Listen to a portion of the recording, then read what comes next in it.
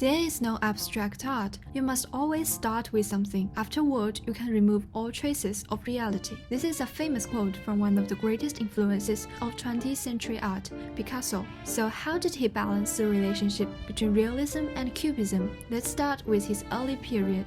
At the tender young age of 9, Picasso completed his first painting, a man riding a horse in a bullfight. The portraits and figures, free of academic slickness, speak not only of the early maturity of the young painter, but also of the purely Spanish nature of his gift, a preoccupation with human beings, whom he treated with profound seriousness and strict realism, uncovering the monolithic and cubic character of these images. In the Blue Period, Picasso depicted subjects in a more realistic and figurative manner, but infused them with a profound emotional and psychological depth. Upon hearing word of Casahima's suicide, Picasso felt guilty for having abandoned a close friend during his darkest hours. Here is an observation from Picasso's artist friend.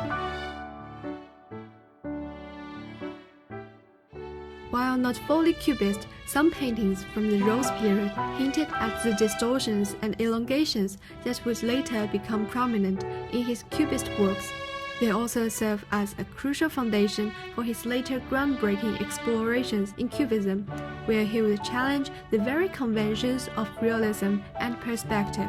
During the early 1900s, the aesthetics of traditional African sculpture became a powerful influence among European artists who formed an avant-garde in the development of modern art. From the vantage point of over 4 decades, here is how the artist himself explained the reasons and essence of the creative breakthrough of 1907. I saw that everything had been done one had to break, to make one's revolution, and to start at zero.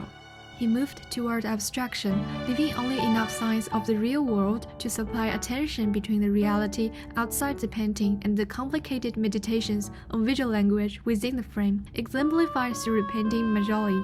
However, Picasso never really gave up the third dimension. He played with dimensions and flirted with removing the third, but never became a purely abstract painter. So deeply his figurative upbringing was ingrained that one of the main creators of abstract art never made it to this development's ultimate consequence, pure abstract art.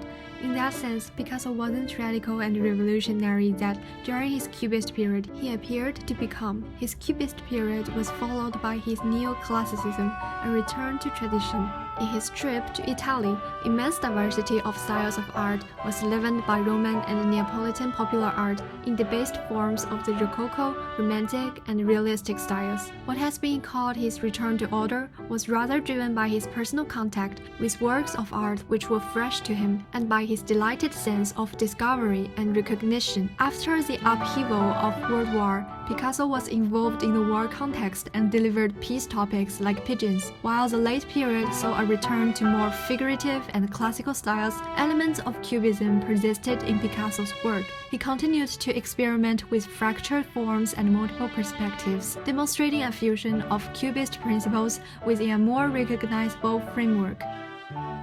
Art is a lie that makes us realize the truth, said Picasso. The final works demonstrated a synthesis of his diverse artistic experiences and revealed a masterful integration of classical and modern elements, showcasing his ability to continually reinvent his artistic language until the end of his prolific career.